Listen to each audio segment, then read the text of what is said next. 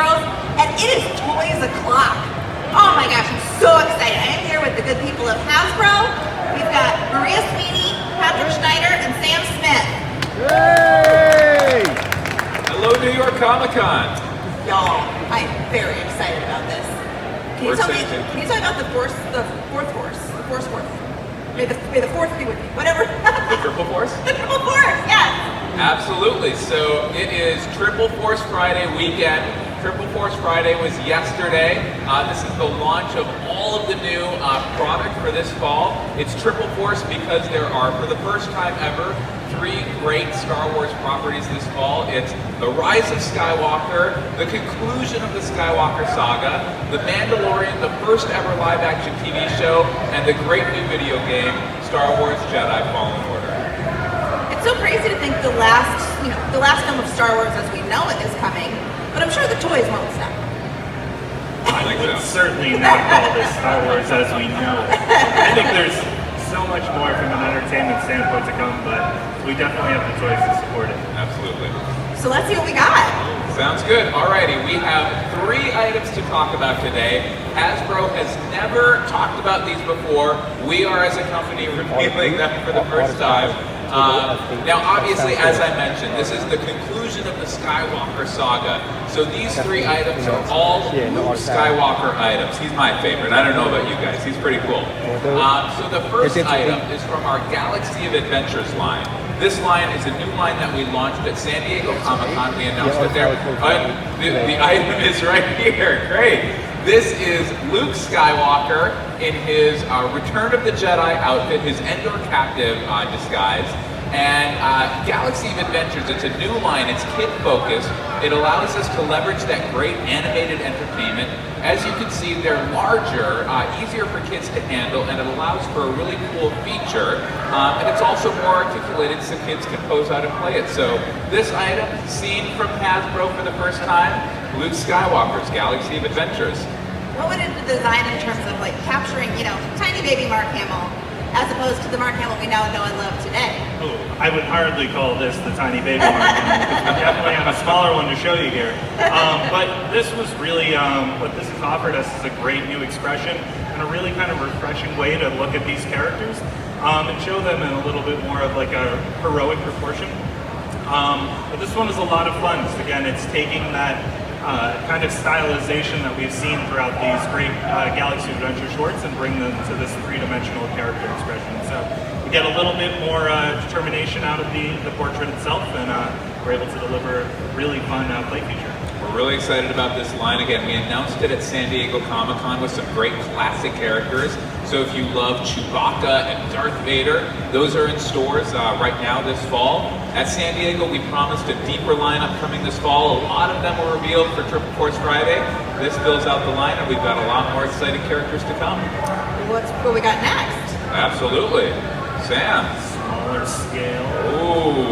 But our definitive vintage collection. So this is going to be Luke Skywalker in his Yavin ceremony outfit, which closes out kind of that iconic battle, the trench run, destruction of the first Death Star, and ultimately the Yavin ceremony with Luke Skywalker here. So presented with his Yavin ceremony medal. This is actually a great release into the vintage collection. It's his first time on the vintage card back. But something we're really excited for this character was to be able to give him this new portrait that utilizes our photoreal base printing process, as well as some updated hands. And he actually borrows his forearms from a previous release of Ponda Baba, which actually enables him to get better proportions to his limbs that he unfortunately didn't see in his previous release. So we're really excited to get this one into the vintage look. Those guys over there are really excited for this item. Calm down, there's more. I love the packaging of the vintage line with the Kenner. It makes me feel just like warm and fuzzy. Absolutely. The vintage collection launched in 2010. It went away for a while, which was not a great move on Hasbro's part, but we were really excited to bring it back last year in 2018, and the future is bright for the vintage collection, including this item. What's our final pull here? So Maria with the finale, This is all about the beginning of Luke's journey. This next figure is all about the end of his journey from the original trilogy. So really excited. Yeah. Vintage is amazing. We're excited about the Black Series item. We've had this in our main updated the figure, so it has an all-new tunic and new soft goods, so it's sort of reminiscent of the most iconic scenes in the movie.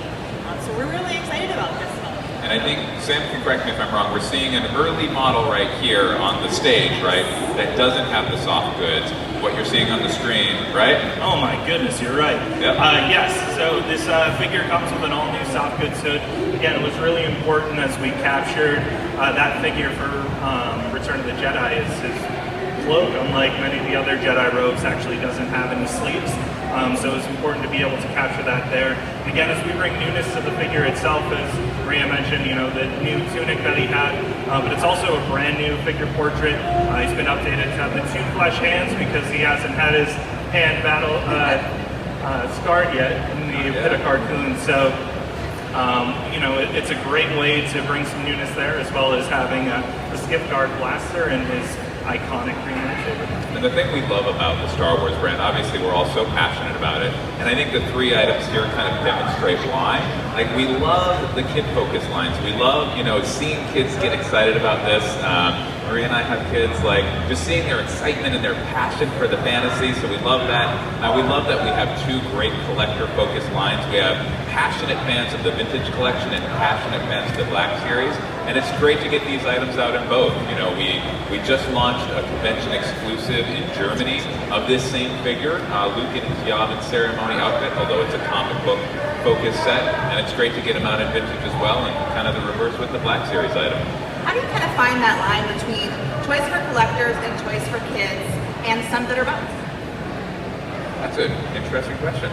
It is, but I think a lot of it really spawns from, you know, the people that bought these original figures bought them when they were kids. So it's something where they've had this incredible journey of collecting figures.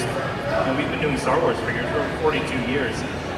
So to be able to have figures, especially with things like the vintage collection that carry back in terms of still cherishing that original hardback, but then really having new ways of engaging kids all together with things like Galaxy of Adventures, where they're able to see things that really appeal to them and get an exciting way of getting it off shelf. And I think the great thing is, oh, sorry, go ahead, I was Maria. going to say, I think what's great about these lines is that if you fell in love with the toys as a parent, at any expression you can share this with your kids, from younger kids to older kids. I have a 14-year-old son, and he is a collector himself in different types of characters, so it really does span a broad range of ages. And I think that's a great point. We've heard, you know, some of the adults see this new Galaxy of Adventures styling and they really like it. It looks different. And we know, like Maria said, we have kids who love the collector lines as well, so it's great to see that cross-pollination. Yeah, there's something so special about having family members who were Star Wars fans who gave me and my brother our first toys, and then now being able to do that for our kids. And this line is such a great way to do that. What was your favorite element of the design when you were putting it together? On these particular Yes. ones? Oh, all right. I would say, in terms of this Luke Skywalker, the biggest thing is really just giving this figure the justice it deserved. In his original release, which was part of kind of the final climactic moment in terms of the Battle of the Emperor's Throne, the figure really wasn't able to take full advantage. He had poor paint applications to the portrait, and this all-new face really delivers much more in line Mark Hamill that you know, we're happy to see on the figure itself. It's also really one of his most iconic outfits, so I think people are going to be really thrilled to be able to get their hands on that one. In terms of the vintage collection, it's always awesome to be able to bring cards to the vintage card back that have never been in the line before. So to be able to do Luke Skywalker on that Yavin ceremony hardback, which again was something we get to create all new for the line because it wasn't part of the original 92. And then lastly, with the Galaxy of Adventures, it's just about being able to appreciate and see this character in a whole new light, being able to find an action feature that really helps to kind of deliver the play and how we see Luke wielding his lightsaber on screen. So, you know, as we do some of our sequel trilogy characters, they do a lot more with single-handed strikes, but as we go back to those original films, it was about that heavy, broad saber kind of style to the sword fighters that were able to bring that in and you know, have that two-handed strike with the Luke. So really excited to get these all out there. And it's great from our end, like, learning new stuff every day. I hadn't realized that this is the first time that this particular card back has ever been done. It's amazing. 42 years, such an iconic figure, such an iconic scene. Still 42 years later, we're mining firsts, which is fantastic and exciting to see. How important is it as fans and as toy makers alike to really honor the series, honor the fans, and make sure that they get the kind of toy that they want and deserve?